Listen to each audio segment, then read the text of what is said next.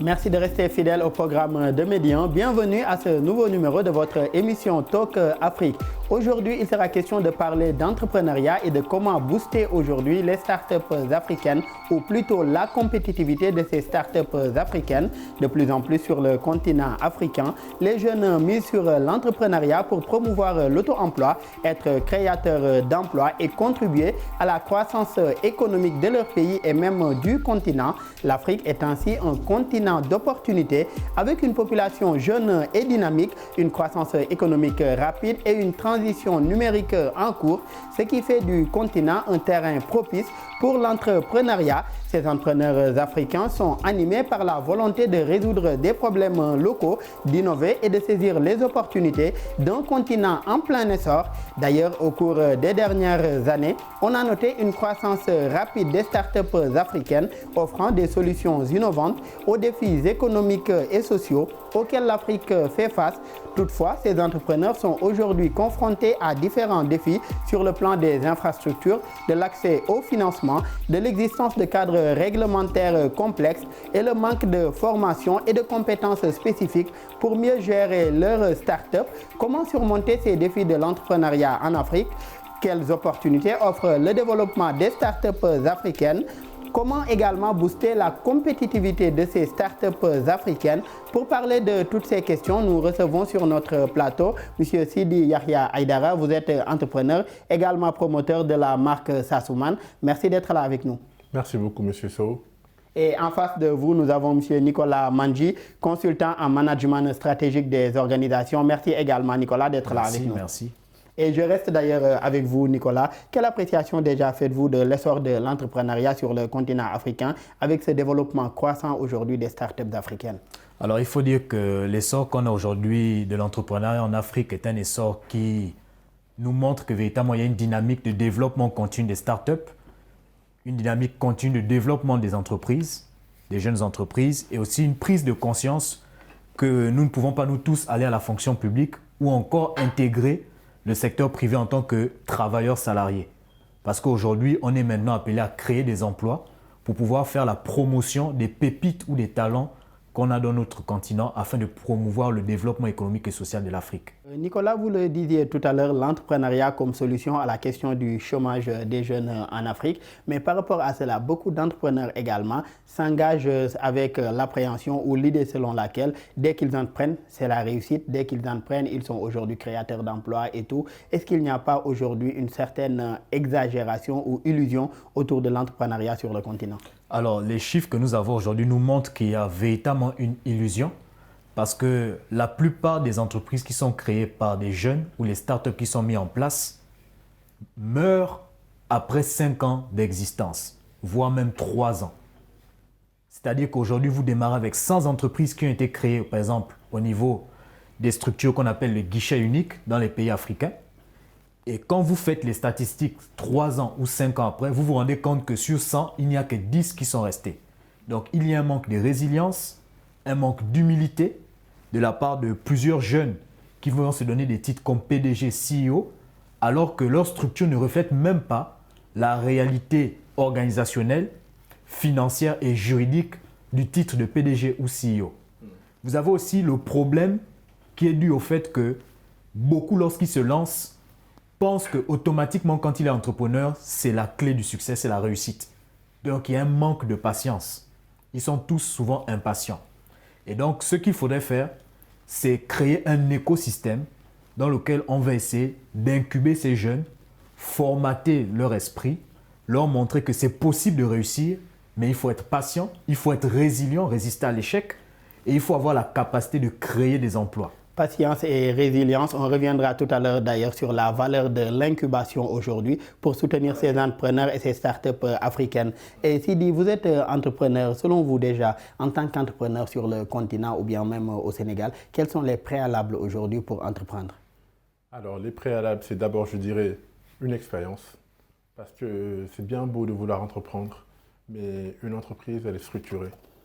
Et quelle que soit l'école d'où tu sors, quelle que soit la formation de vie que tu as, il faut vraiment avoir une expérience professionnelle pour avoir certains acquis administratifs déjà. À part ça, comme l'a dit Nicolas, la résilience. C'est la base parce que être entrepreneur, c'est se réveiller tous les jours pour régler des problèmes. On ne peut pas être entrepreneur et vouloir éviter les problèmes. En gros, c'est ça. Donc, c'est la résilience, le savoir-faire et l'expérience. Et quels sont les défis auxquels vous avez été confrontés aujourd'hui en tant qu'entrepreneur? Alors, je dirais que je partage les mêmes défis que tous les entrepreneurs. Ce n'est pas facile parce que déjà, c'est à 3 niveaux. Déjà, l'accompagnement sur le plan étatique. Rien n'est... En fait, oui, l'État est en train de poser des actes pour faciliter les choses, mais dans la pratique, ce n'est pas forcément cela. Si je prends mon exemple, on va te dire, par exemple, pour créer une entreprise au Sénégal, ça te prend 48 heures, mais dans les faits, ça ne prend pas 48 heures. Ça prend beaucoup plus de temps. Il m'est arrivé personnellement, vous m'avez posé la question par rapport à mon expérience personnelle. Pour la création, par exemple, de compte d'entreprise de ma structure, je suis allé voir une banque de la place très réputée. Ils m'ont demandé de fournir un papier d'attestation de non-faillite pour un entrepreneur. Pour une entreprise qu'on a créée il n'y a même pas 3 mois, tu me demandes une non-faillite. Ce qui ne soutient pas l'entrepreneuriat en quelque sorte. Et quels sont les avantages aujourd'hui que confère cet entrepreneuriat-là? Alors les avantages, c'est... Bon, il y en a beaucoup déjà à plusieurs niveaux. Déjà, il y a l'accompagnement. On a l'accompagnement parce qu'actuellement, il faut le dire, aussi bien l'État, le gouvernement sénégalais, que les structures, les ventures, les privés et les partenaires internationaux sont en train de beaucoup investir dans l'accompagnement, aussi bien technique que financier. Si je prends mon exemple, je suis passé par Orange Corner Sénégal, qui est une initiative des Royaumes du Pays-Bas, qui a beaucoup accompagné techniquement et financièrement. Donc on a l'accompagnement qui est là, on a aussi bien l'accompagnement technique que financier, mais aussi on a des structures et aussi des conditions qui sont mises en place pour faciliter les choses. Quoi qu'il reste beaucoup à faire. Par exemple, si tu prends un nouvel entrepreneur comme moi, à la première année, on te demande de payer des impôts à un certain niveau, c'est compliqué.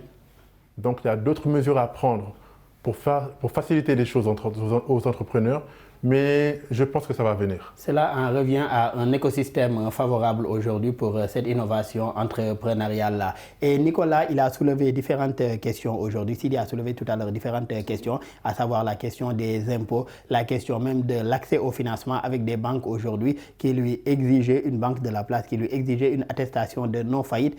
Aujourd'hui, est-ce que autant de contraintes également favorisent ou bien encouragent l'entrepreneuriat? Alors, il faut dire en fait qu'aujourd'hui, il y a une inadéquation entre l'écosystème que nous avons actuellement et la réalité même de la vie d'un entrepreneur. Je vous prends un exemple très simple. Il a pris le cas de la création d'entreprise.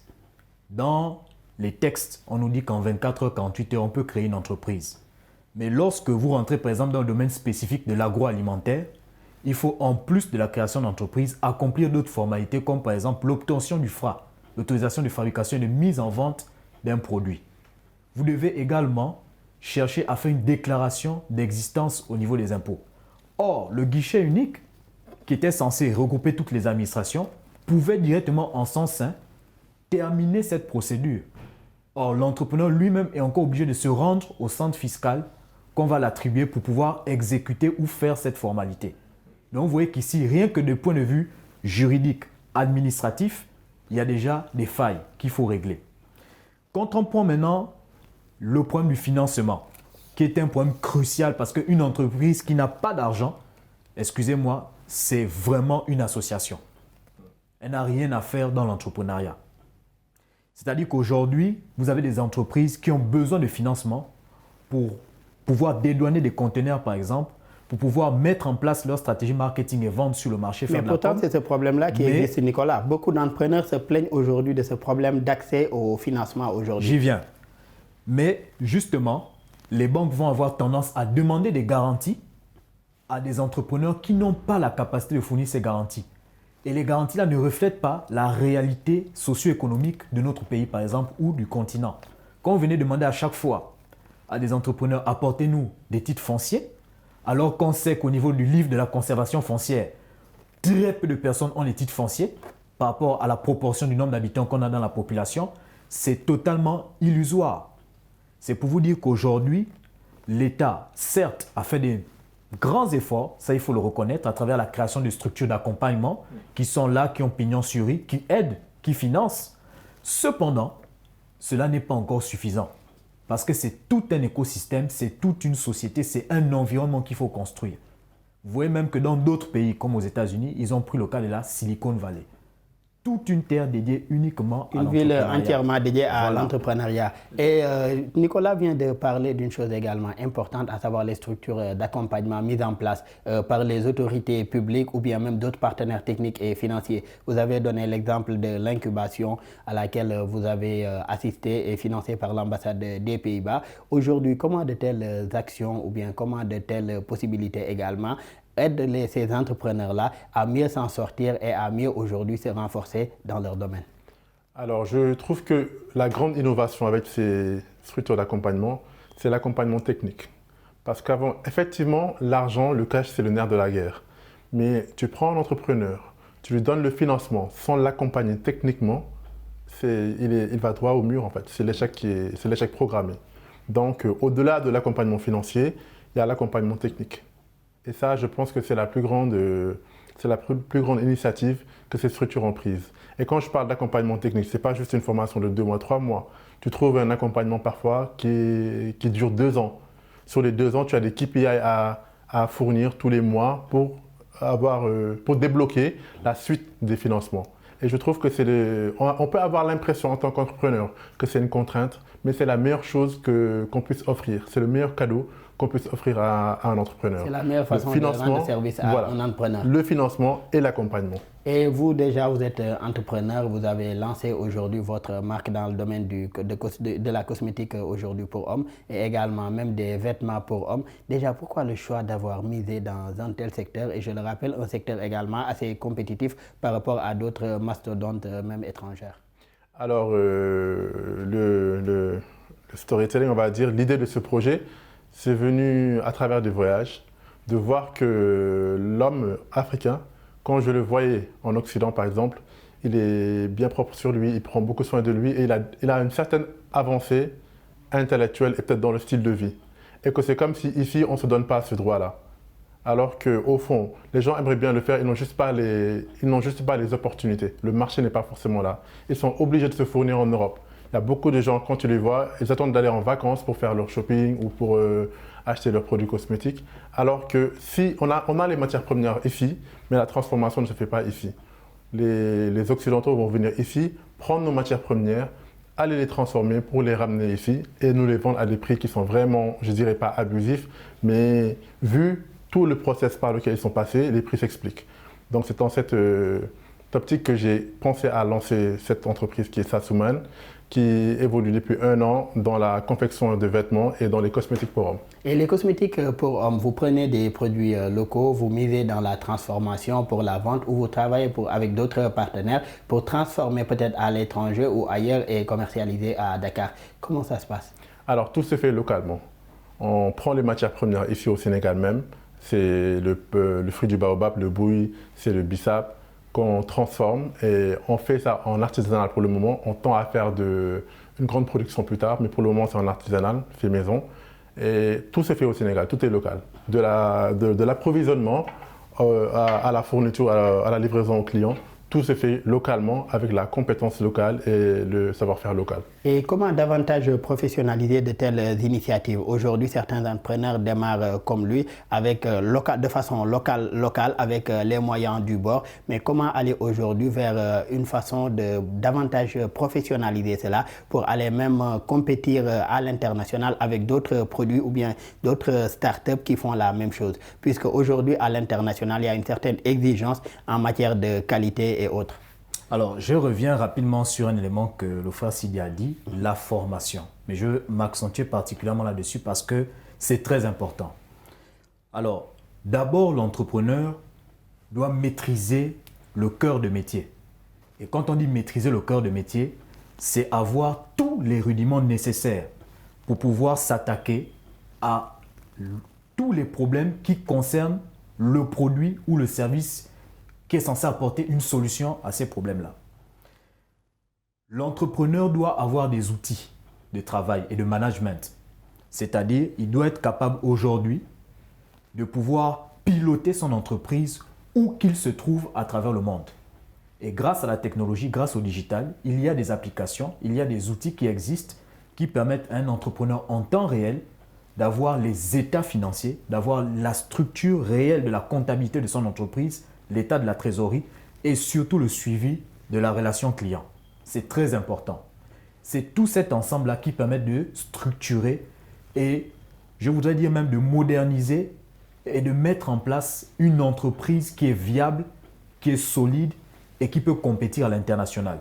Parce que lorsqu'on parle de compétition à l'international, il y a un terme très important qu'il faut souligner. C'est la scalabilité. Alors, c'est quoi la scalabilité? C'est lorsque vous créez une entreprise dans laquelle vous avez la qualité du produit ou du service qui augmente. Vous avez le prix qui diminue, le prix d'accès à ce produit ou ce service qui diminue. Et vous avez également les frais de production ou de fabrication qui diminuent. Je vous prends un exemple simple. Lorsque vous prenez des applications de transport en commun, pour ne pas les citer, vous voyez que dans ces applications, ils peuvent s'implanter partout dans le monde sans pourtant mobiliser beaucoup d'équipes. Ils n'ont pas besoin, lorsqu'ils s'installent dans un pays, d'avoir par exemple 20, 60, 40 employés. Il faut juste des superviseurs et quelques managers sur place ou des country managers. Vous prenez le cas de d'autres applications comme dans le e-commerce ou les marketplaces, c'est la même chose pratiquement. C'est pour nous dire aujourd'hui qu'ici, grâce au digital, nous avons l'opportunité de rattraper un retard, d'être au même niveau que les autres et voire même de les dépasser. Et ça, c'est quelque chose de formidable grâce au digital. Et dans ce cadre-là, quelle place de l'incubation aujourd'hui et de la formation pour davantage rendre compétitifs ces entrepreneurs et leurs startups? Très, très bonne question. Parce que beaucoup doivent d'abord même aller se faire incuber pour pouvoir justement avoir les préalables pour créer et développer leur projet de création d'entreprise. Je vous prends un exemple simple. Avant même qu'on ne parle d'incubation, il faut d'abord aller dans la pré-incubation, donc dans la couveuse ou la pépinière. Là-bas, on va faire germer le projet. On va faire une étude de faisabilité. On va faire l'étude d'acceptabilité du prix.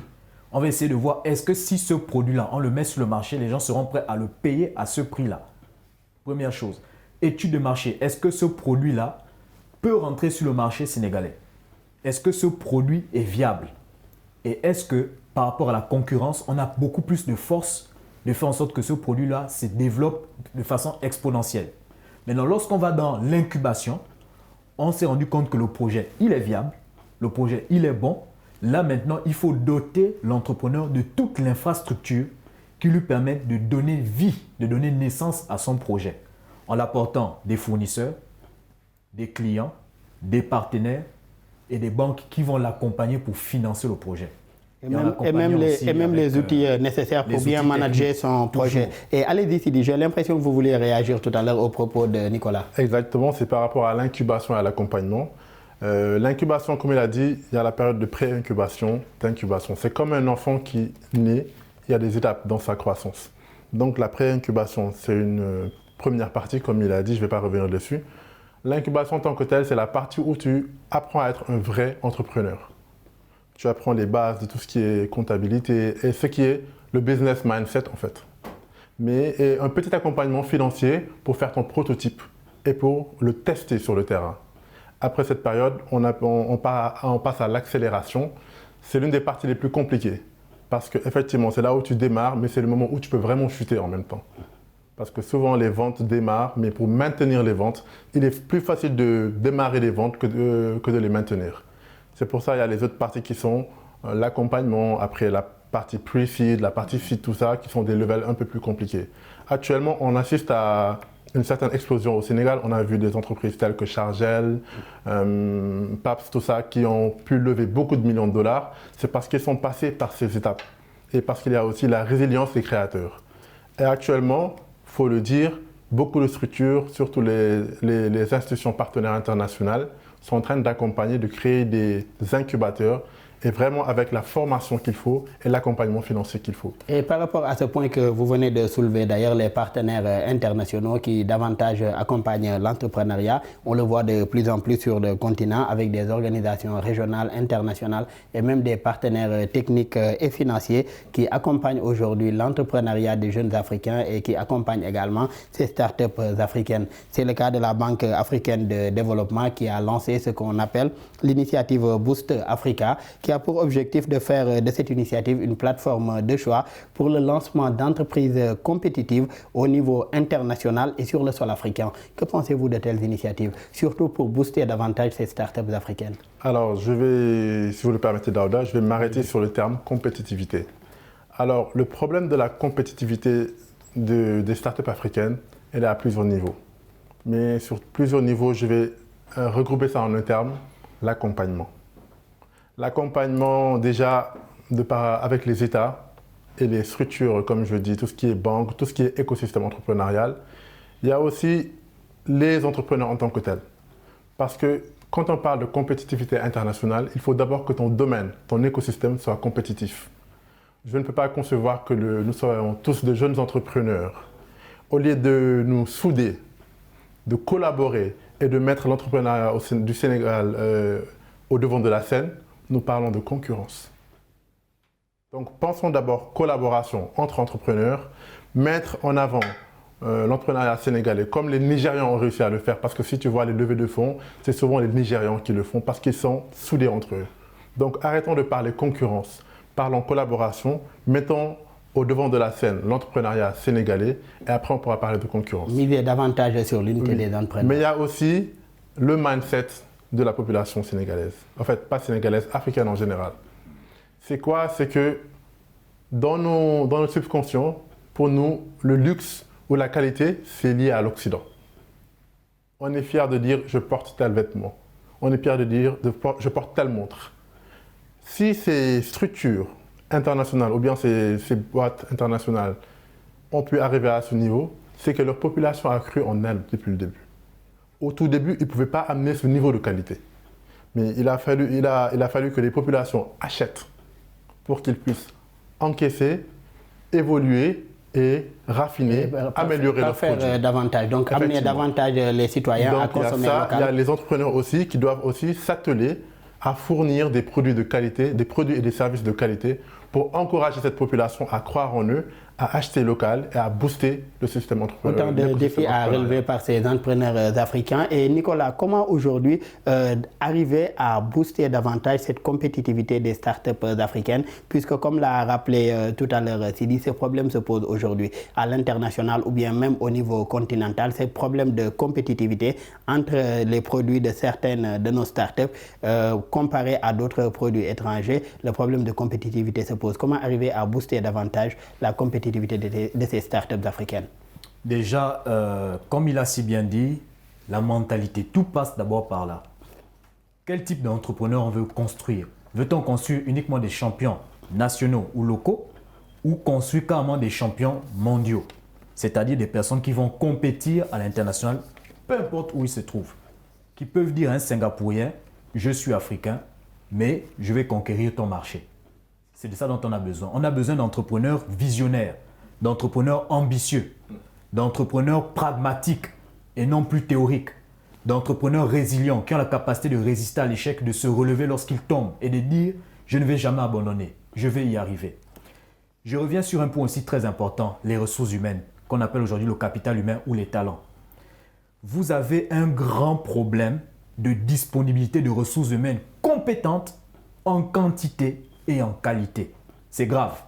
C'est-à-dire que le système éducatif qui nous accompagne, surtout dans la partie francophone de l'Afrique, est un système qui aujourd'hui ne propose pas suffisamment de formation adaptée aux réalités socio-économiques et culturelles de nos pays. Et qu'on constate que dans ces pays francophones et même certains pays anglophones aujourd'hui, certains États essaient de remédier à cela en mettant sur pied ou bien en mettant en place des instituts supérieurs aujourd'hui d'enseignement professionnel qui prennent en compte ces questions-là de l'entrepreneuriat pour orienter en tout cas les jeunes vers cela. Et autre chose également, le cadre réglementaire et juridique. De plus en plus aussi, certains pays ont adopté des lois aujourd'hui pour le développement de l'entrepreneuriat dans leur pays, des lois sur les startups. C'est le cas aujourd'hui de la Tunisie, du Rwanda, du Kenya, du Sénégal et même de la Mauritanie et même de la Mauritanie dernièrement. Comment cela peut contribuer à davantage stimuler l'écosystème de l'innovation? Mais quand ça vient encadrer, ça apporte ses avantages, ça apporte des droits aux entrepreneurs. Vous avez ce qu'on appelle en droit commercial général, le commerçant de droit et le commerçant de fait. Le commerçant de droit, c'est celui qui va bénéficier de tous les avantages prévus par la législation, que ce soit en matière fiscale, en matière sociale, en matière juridique aussi. Mais quand vous prenez un commerçant de fait, lui, c'est une personne qui est dans l'informel. Il ne pourra pas bénéficier de ces avantages-là. Donc déjà, ça apporte une sécurité juridique. L'autre élément qui est aussi important, surtout dans le domaine de la formation, c'est-à-dire qu'aujourd'hui, vous avez par exemple dans des pays, des carrières dans lesquelles on exploite des mines. Mais vous avez très peu d'écoles ou très peu d'instituts qui vont vous proposer des formations qui répondent aux besoins des recruteurs dans le domaine, par exemple, minier. Nicolas Manji, je rappelle que vous êtes consultant en management stratégique des organisations. Merci encore d'avoir été avec nous et un plaisir d'avoir partagé aussi ce plateau avec vous. Merci également à votre co-débatteur, M. Sidi Yahya Aïdara. Aussi un plaisir d'avoir partagé le plateau avec vous. Merci encore d'avoir été avec nous. Plaisir partagé. Merci, M. Nicolas. Merci, Sidi. Merci aux collègues de l'équipe technique pour les facilitations et pour la réalisation de cette émission. Merci à vous tous qui nous suivez et très bonne suite de programme sur nos antennes.